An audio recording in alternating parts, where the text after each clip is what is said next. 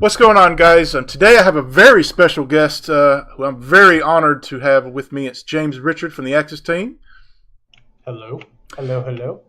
He is going to talk about his plans for the 2018 version of Axis football and what his role is in Axis football going forward. And first of all, why don't you just give us a little bit of background information? How did you even get started in Axis football? Yeah, so as we all know, Danny's a saint. He's an awesome dude, and what you see on YouTube and the interactions that you get that's Danny in real life. Just a really solid dude. He's a good dad. He's got about 1 million kids. He's a good husband, and he's just all around a good person. He puts in a lot of energy, and it all comes from his heart, because that's just who he is. He lives and breathes that lifestyle. So when I met Danny, I was coming out of esports. I have an esports background, and I had talked to Danny. I said, "Hey, man, I like what you're doing. Is there anything I can do to help?" And he's like, "Well, we don't have any marketing. We don't have anybody handling that stuff, and so, I'd be willing to talk to you about that, and you can come on board and help us there." And so that was my initial role with Axis. And as time went on, Danny was asking me about contracts and stuff like that. So I kind of took over as, Axis's human resources department, contracting agent, social media guy. So obviously you'll see me, talking smack to people on YouTube and Twitter and stuff. And it's all in good fun, and I don't mean to offend anybody. So if I've offended you, I apologize, anybody. But if anybody should be, sad, it's DJ, because I beat him up all the time in Twitter DMs. So, but yeah, Danny and I were talking, and I've played college football, I've done business, so we've talked a lot about how I could help the game move forward. And then I came in halfway through 2017's dev cycle, and there was just some things that I was like, I'm basically an advisor to Danny and the team at this point, because everything's already been set in motion for 2017. And so as my role evolved, I've now come to project manager and lead designer for, franchise mode that we're going to be implementing for 2018. 2017's franchise mode was last minute. It was kind of a knee-jerk reaction, and Danny, being the awesome guy that he is, wants to give you guys everything that he can, and he just threw it in. And you guys knew that it would be very bare bones, but you got a multi-season draft, scenario. Well, for 2018, we're gonna blow that out of the water. I think that answered your question, right? Or Oh, no doubt. Danny has always done a great job of working with what he's had in the past. Yes. I remember in 2015, when the commentary was comical, but it had a certain charm to it. But I think he said that his brother-in-law had a $10 mic in the bathroom. I mean, this guy has done the most with very little, and that's what I have noticed about Danny is he's always going to try to satisfy his fans with as little, whatever he's got. It doesn't matter what he's got. If he's got something, he's going to use it to the fullest extent, and he's going to make his fans happy with what he's got. He's done that for me, at least. I didn't expect what he's done in all these years with such little resources. Well, a lot of the biggest misconception, because you'll see, companies like Immaculate Gaming going out with their crowdfunding, and, you'll see a lot of developers push, maybe they push the console too early. And all of it is because they have bottom lines they have to answer to, right? You have to make money to survive. You have to make money to pay people and buy assets for your stuff. But for Axis, because Danny is the asset and Danny doesn't necessarily need the money, we've been able to resist going out and crowdfunding, and we've been able to resist bringing on investors. And so it allows us to kind of work at our own pace, but it also allows us to dictate the direction in which we want to go without much, influence from the outside. And so, yeah, to Danny's credit, he's done a lot with a little. And I think that's a credit to the team that he's assembled as well. We spend a lot of time scouting and recruiting people to add on to the staff. And after I came on board, we went out and scouted, and we went out and brought people on, and the team grew by like 7 or 8 people this year. And some big changes happened because of it. And so that's just something that we're going to do, every year, every cycle. So 2017 just is wrapping up now, and we're going back through and doing staff reviews. We have to know what people did well and what people did bad, or didn't do well. And we make decisions off of that. And so the dev team may change a little next year. We may be able to bring in new, bigger, better talent, maybe. But it all depends. And so we're doing the best we can with very little. And I know people will say, well, that's your problem. And they're right. It is our problem. And it's something that, we've kind of embraced. And we're in no hurry to gouge people for money and, rip people off. We appreciate it if you play the mobile game, because we make money off of that. So, and that's a free download if you want to support us that way. Check it out on the Apple and Android marketplace, and support us that way. And it's a pretty fun little game there. And and if you really want to support us, then just buy the Steam version, and just know what you're getting yourself into. So, it's depressing when I see comments talking about oh, this game is trash or whatever. I work in a hospital, and when I was a patient, I would say, well, why ain't these guys coming to my room? I hit the call button 15 minutes ago, and ain't nobody care about me. And now that I'm working on the other side of the things, I see everything that goes on behind the scenes. And I say to myself, you know what? I understand now. These people that are trashing you in the comment section and everything, they don't see what's on the other side of the fence. That's my perspective. It's easy to criticize behind a keyboard. You're a keyboard warrior. Oh, this game is trash. This graphics are, but they just don't understand. And I've tried to tell people that, but people want instant gratification. Well, and that's the world we live in today. Everything is drive-through menu. You pay for a cheeseburger, you expect a cheeseburger. That's what you expect it within, a reasonable amount of time. And that's fine, But when you're supporting indie developers, the key thing you should be looking for out of an indie developer is, do they listen? Do they listen to you? And if they don't, then chances are they're going to do whatever they want, and you're never going to be able to help mold the game in any sort of direction. 2, do they continuously update their game? Do they continuously work on it? I don't know. People who call Axis trash or our game trash clearly have not seen all the money grab developers on Steam, and how many just put out a beta product, and then as soon as enough people buy the beta product, they just stop doing it, and you're stuck with what you're stuck with. And then thirdly, are they making improvements? Can you see progress from the previous title to this year's title? And if you can answer all 3 of those questions, then it may be worth your time and money to invest in. And that's something Axis takes very seriously. We listen. If you're on YouTube, I'm on YouTube. And if you're on Twitter, then I'm on Twitter. And because I've interacted with everybody. Anybody who's ever posted something, I've either thumbs upped it or commented on it. And it's more than just, oh yeah, cool. I don't believe in that. I'm trying to give meaningful feedback. You took your time to leave me a comment, or leave the Axis YouTube video a comment. I'm going to spend time to respond to you, regardless of if it's 1 or 1,000. And I've had videos where I've literally thousands of comments, and it's brutal. But if you took that time, then I need to take that time. And so that's the first thing. Do we listen? Yes. Secondly, do we make updates? And I think we've proven. I think we've done like 5 updates on 2017. There's 1 more coming before we move on to 2018. And the only reason we're moving on so early now is because 2018 is so deep. Like we need time to do it if we're gonna hit our deadline. And people are like, well, we don't think you can make that jump. If you don't think we can make a jump, go look at 2016 and look at 2017.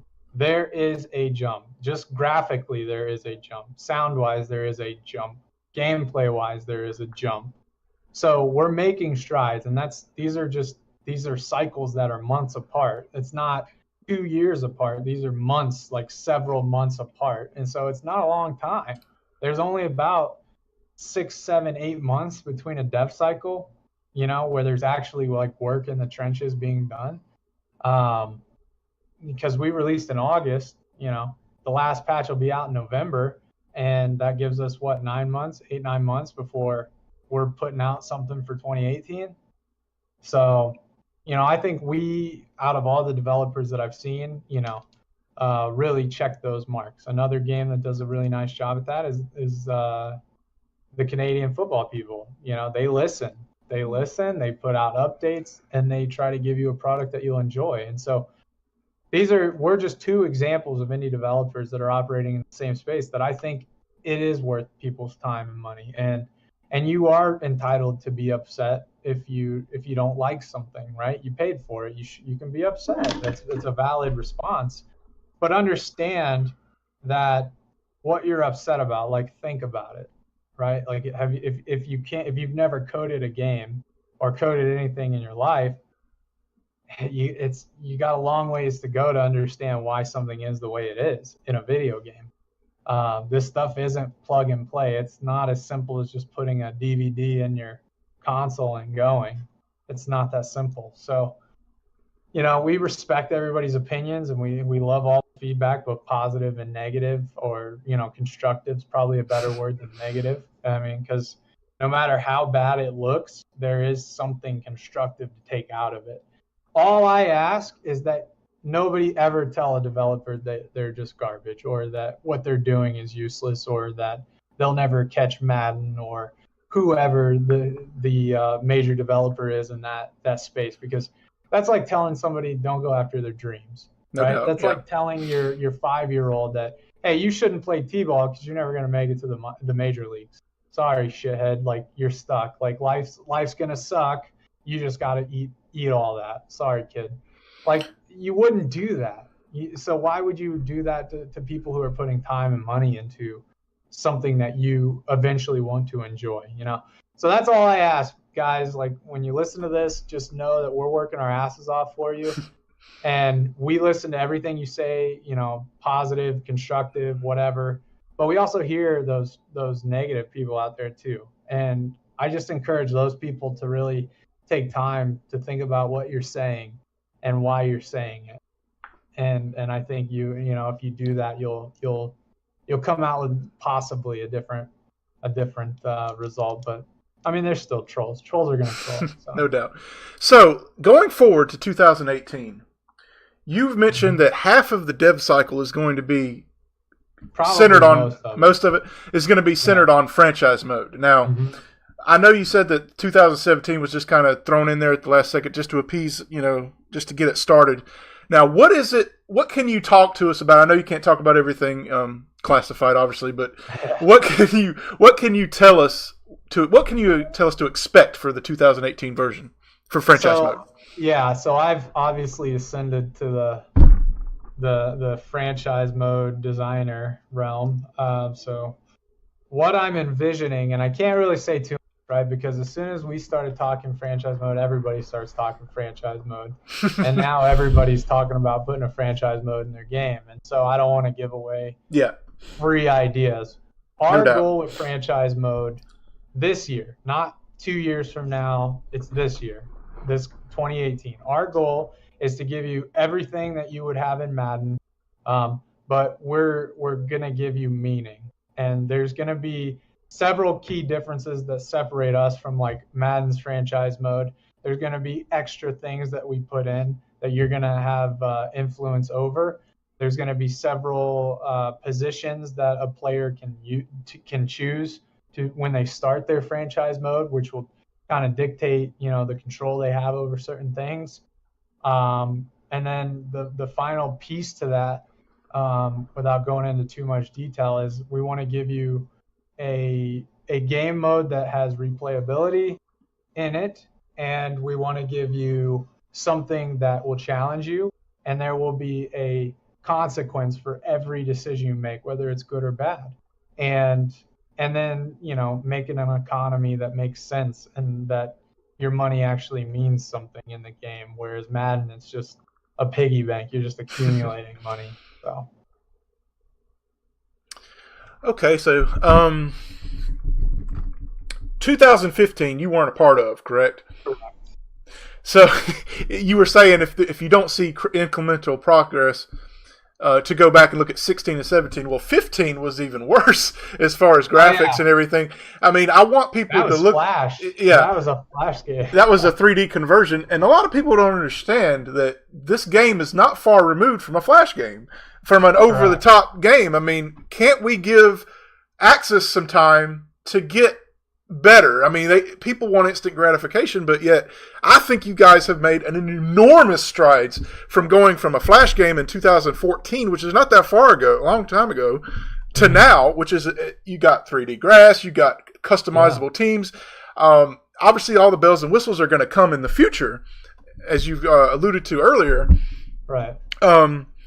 Earlier, as in things that we can't share. Yes, exactly. You guys aren't going to be exposed to. So. Well, I mean, DJ, the thing is, people, again, it's a drive-through mentality. It's a drive-through mindset. People want, I ordered a cheeseburger. I want my cheeseburger in 30 seconds or less, or I get my meal for free.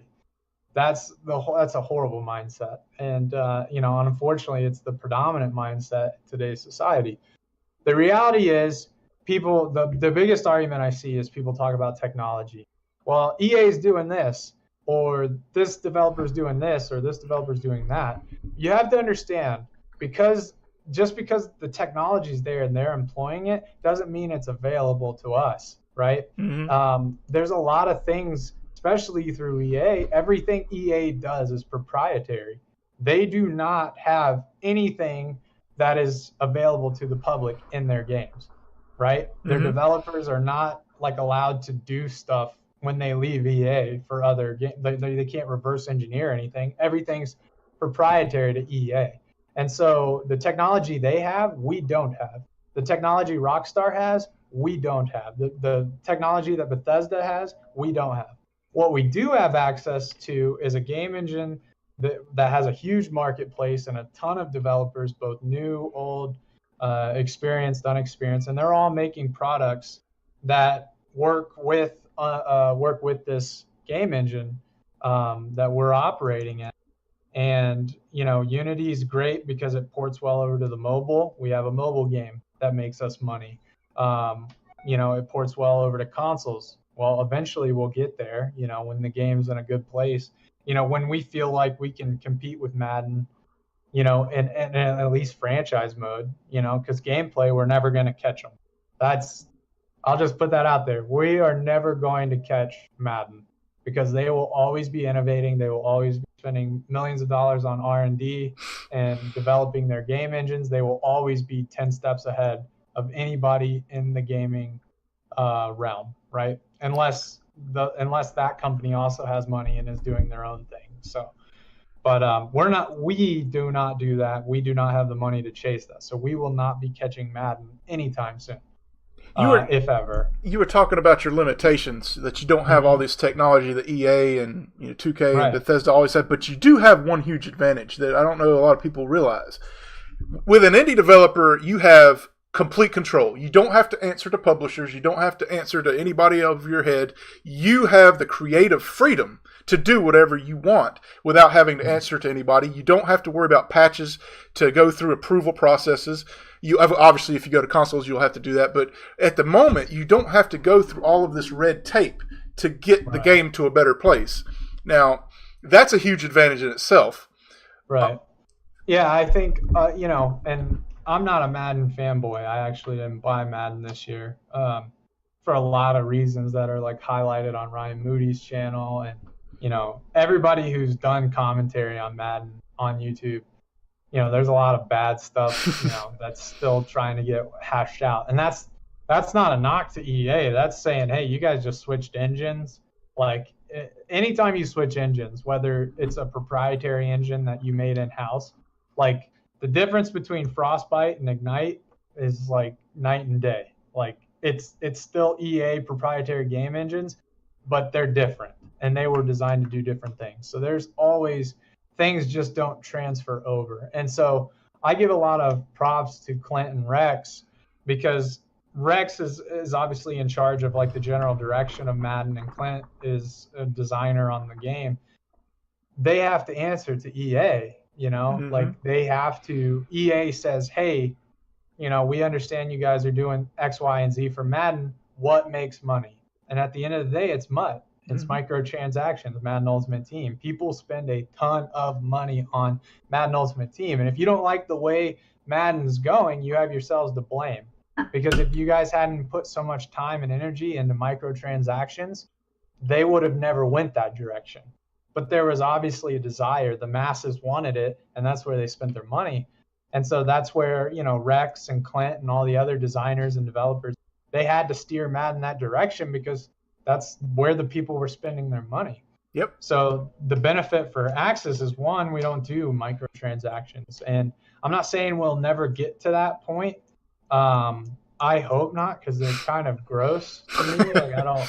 It's a brilliant concept, and it works, and it makes a lot of money, but I just don't like it. I think it's really tainted like NBA 2K18 with the microtransactions. I really didn't like how it shaped my GM, and in my Yes. opinion ruined it. And when Madden switched to the MUT model, it ruined their franchise mode because they stopped putting as much time and energy into it. And so yeah, that's something like you said, we don't have to answer, man. Danny's the man, and Danny's a pretty good dude. So it's not a bad setup for us, and we get to go in a direction that we think is best. And at the end of the day, we're trying to make you guys happy. Swear to God, we are. But at the end of the day, our main goal is to make a video game that we want to play and that we enjoy playing. And so why we take, your your critiques and your comments, we listen to those. We've used probably more than we haven't used. I'd probably say, man, this might be high, but 60% of the comments like reflect things in coding that goes into the game. Like a lot of comments make it through to where we actually go into the code and change things because of them. Oh, I've seen So that. I've seen that in person. I made a video after the 2015 version. I saw a big problem in the 2015 version where there was no tackle pursuits. There was no pursuit angles being implemented mhm. in the game. There was nowhere to be found. In the 2016 version, he put it in, and it's gotten even better in the 2017 version. So he does listen to his audience, that's for sure, and that's what we Well, even appreciate. even on the generic stuff where people say, "Oh, this feels wonky," right? Like there's not a lot of meat there, right? It's all potato, it's all starch. You're just like, well, what about that comment is good? And then so that's my job to go in and pry a little bit more. And it's like, hey, shoot me a DM on Twitter or email me. I want to talk to you more and figure out why it feels wonky to you. And then I pry a little bit more. And one of the things that came out, and we just saw it fixed in the last patch, was Danny was talking about the ball carrier and their pathing and how they decide, and the AI that decides, how they'll run the ball and which hole they choose. That came back from feedback, some of Mm-hmm.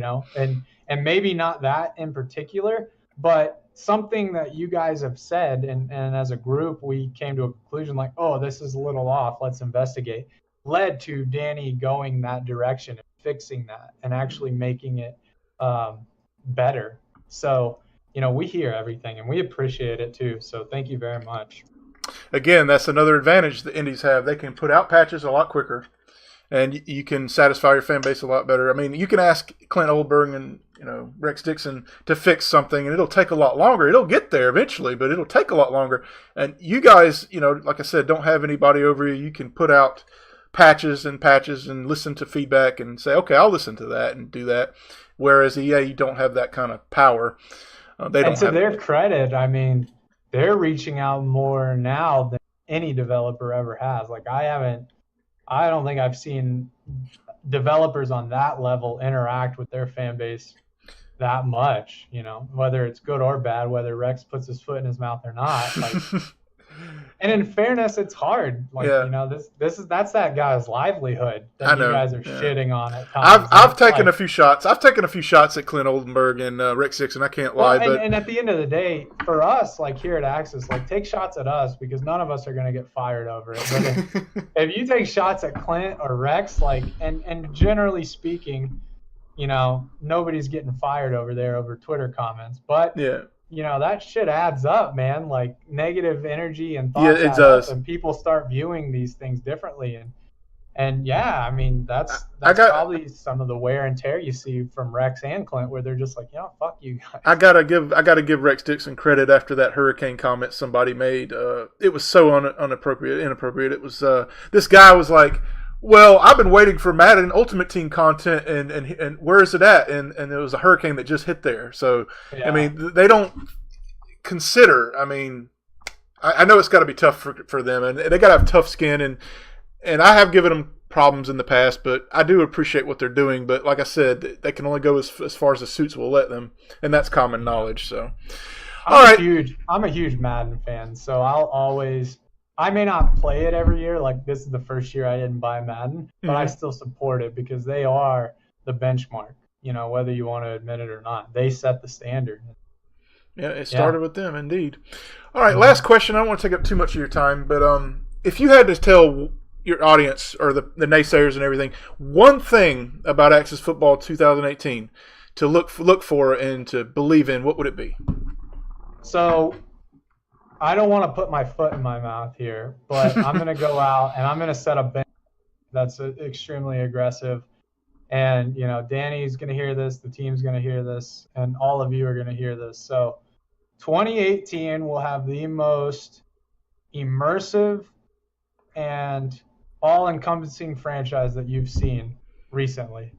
And there's a good chance all time because no game's ever put this much energy into that game mode as we will be putting in for 2018. So that's the one thing I want you all to know about 2018. We have a very high goal set for franchise mode. You saw what we did with a week of coding to add in franchise at the end for you guys. Well, imagine if we dedicate months to it. And so get excited. This is the direction Axis is heading. And I think you guys are really going to love what we're cooking up here for this franchise mode for 2018. You heard it from the horse's mouth, everybody. James Richards, designer, project manager of Axis Games. Thank you so much for your time. It really means a lot to me, especially as a fan. Well, I appreciate you, DJ, and I will always take time for you, bud. Thanks again. Have a good day.